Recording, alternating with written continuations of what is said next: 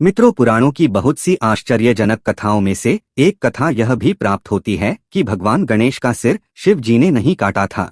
तो आप प्रश्न करेंगे कि फिर किसने काटा था? तो मित्रों, यह जानने के लिए आपको पूरी कथा सुननी पड़ेगी, इसलिए बने रहिए पूरे वीडियो के साथ। तो जय श्री कृष्णा मित्रों, स्वागत है कथामृत यूट्यूब चैनल पर। मित्रों, मैं आपको पहले ही बता दूं कि यह कथा ब्रह्म वैवर्त पुराण के गणपति खंड में प्राप्त होती है। भगवान गणेश के जन्म के बाद वहां पर सभी देवता ब्रह्मा, विष्णु, शिव, सूर्य, चंद्रमा, इंद्र आदि सभी देवता श्री गणेश जी के दर्शन के लिए विराजमान थे।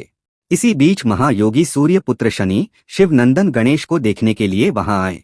उनका मुख अत्यंत नम्र था, आंखें कुछ मुदी हुई थीं और मन एकमात्र श्री गणेश में लगा हुआ था। अतः वे बाहर भीतर श्री गणेश का ही स्मरण कर रहे थे। फिर वे उस बालक को देखने के लिए गए। भीतर जाकर शनिश्चर ने सिर झुकाकर देवी पार्वती को नमस्कार किया। उस समय वे पुत्र को छाती से चिपटाए हुए रत्न सिंहासन पर विराजमान होकर आनंद पूर्वक मुस्करा रही थीं। सहसा सूर्य नंदन शनैश्चर को सिर झुकाए देखकर पार्वती ने उन्हें शीघ्र ही शुभाशीर्वाद दिया और फिर उनसे वार्तालाप करके उनका कुशल मंगल पूछा। पार्वती ने पूछा, हे ग्रहेश्वर, इस समय तुम्हारा मुख नीचे की ओर क्यों झुका हुआ है तथा तुम मुझे अथवा इस बालक की ओर क्यों नहीं देख रहे हो?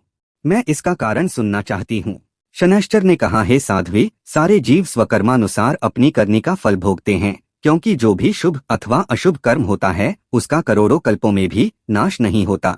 जीव कर्मानुसार ब्रह्मा, इंद्र और सूर्य के भवन में जन्म लेता है। कर्म से ही वह मनुष्य के घर में और कर्म से ही पशु आदि योनियों में उत्पन्न होता है।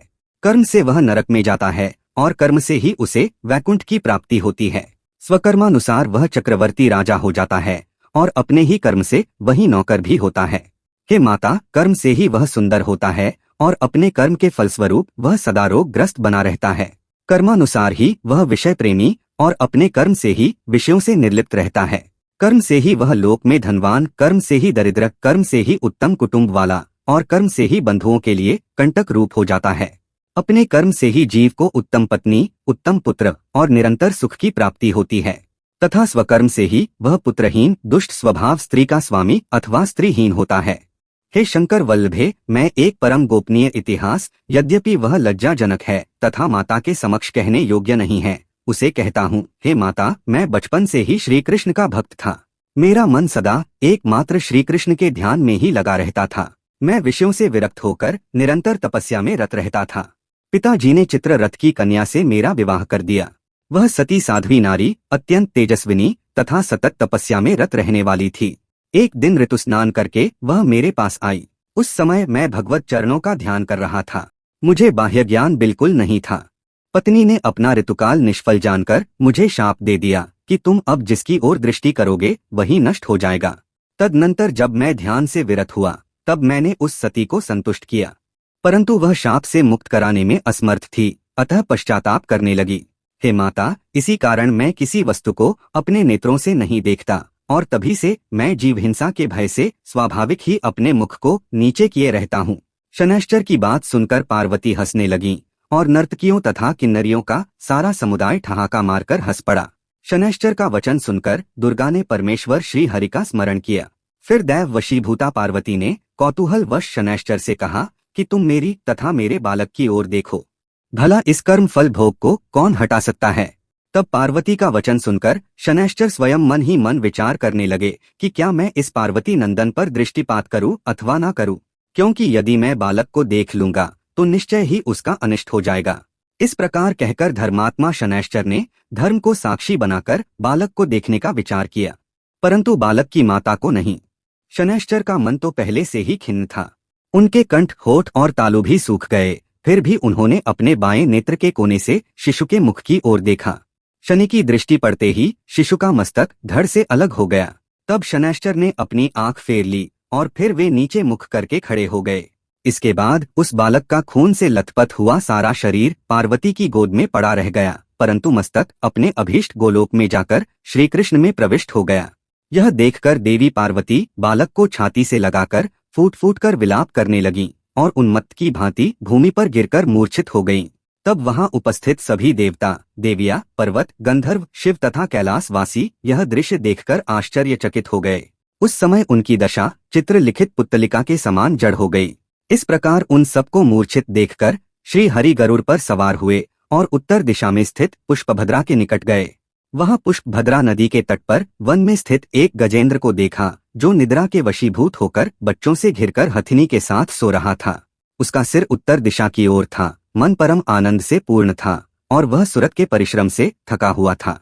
फिर तो श्री हरि ने शीघ्र ही सुदर्शन चक्र से उसका सिर काट लिया और रक्त से भीगे हुए उस मनोहर मस्तक को बड़े हर्ष के साथ गरुड़ पर रख लिया। गज के कटे हुए अंग के गिरने से हथिनी की नींद टूट गई। तब अमंगल शब्द करती हुई उसने अपने शावकों को भी जगाया। फिर वह शोक से विह्वल होकर शावकों के साथ बिलख बिलख कर चीत्कार करने लगी। तत्पश्चात जो लक्ष्मी के स्वामी हैं, जिनका स्वरूप परम शांत है, उन परमेश्वर का उसने स्तवन किया। उसकी स्तुति से प्रसन्न होकर भगवान ने उसे वर दिया और दूसरे गज का मस्तक काटकर इसके धड़ से जोड़ दिया। फिर उन ब्रह्मवेत्ता ने ब्रह्मज्ञान से उसे जीवित कर दिया और उस गजेंद्र के सर्वांग में अपने चरण कमल का स्पर्श कराते हुए कहा कि हे गजराज, तू अपने कुटुंब के साथ एक कल्प पर्यंत जीवित रहे। यूं कहकर मन के समान वेगशाली भगवान कैलाश पर आ पहुँचे। वहां पार्वती के वास स्थान पर आकर उन्होंने उस बालक को अपनी छाती से लगा लिया और उस हाथी के मस्तक को सुंदर बनाकर बालक के धड़ से जोड़ दिया। फिर ब्रह्म स्वरूप भगवान ने ब्रह्मज्ञान से हुंकारोच्चारण किया और खेल खेल में ही उसे जीवित कर दिया और पार्वती को समझाना आरंभ किया। विष्णु ने कहा, हे शिवे, तुम तो जगत की बुद्धि स्वरूपा हो। क्या तुम नहीं जानती कि ब्रह्मा से लेकर कीट पर्यंत तक सारा जगत अपने कर्मानुसार फल भोगता है। प्राणियों का जो स्वकर्मार्जित भोग है वह 100 करोड़ कल्पों तक प्रत्येक योनि में शुभ या अशुभ फल रूप से नित्य प्राप्त होता रहता है।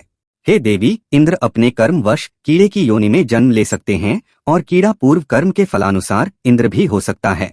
पूर्व जन्मार्जित कर्म फल के बिना सिंह मक्खी को भी मारने में असमर्थ है और मच्छर अपने प्राक्तन कर्म के बल से हाथी को भी मार डालने की शक्ति रखता है। सुख दुख भय शोक आनंद ये कर्म के ही फल हैं। इनमें सुख और हर्ष उत्तम कर्म के और अन्य पाप कर्म के परिणाम हैं। कर्म का भोग शुभ अशुभ रूप से मृत्युलोक अथवा परलोक में प्राप्त होता है, परंतु कर्मोपार्जन के योग्य पुण्य क्षेत्र भारत ही है। स्वयं श्री कृष्ण कर्म के फलदाता, विधि के विधाता, मृत्यु के भी मृत्यु, काल के काल, संहर्ता के भी संहारक, पालक के भी पालक, परात्पर परिपूर्णतम गोलोकनाथ हैं और जो संपूर्ण चराचर जगत स्वरूप हैं, उन्हीं श्री कृष्ण में विनायक स्थित हैं। मित्रों, पुराणों की सभी कथाएं सत्य हैं। किसी कल्प में गणेश का मस्तक शिवजी ने काटा होगा और किसी कल्प में इस कथा के अनुसार श्री गणेश जी का मस्तक कटा होगा। दोनों कथाएं कल्प भेद से सत्य हैं। कल्प भेद हरिचरित सुहाए, भात अनेक मुनि संगाए। इस प्रकार यह कथा भी सत्य है, क्योंकि यह कथा ब्रह्म वैवर्त पुराण में वर्णित है।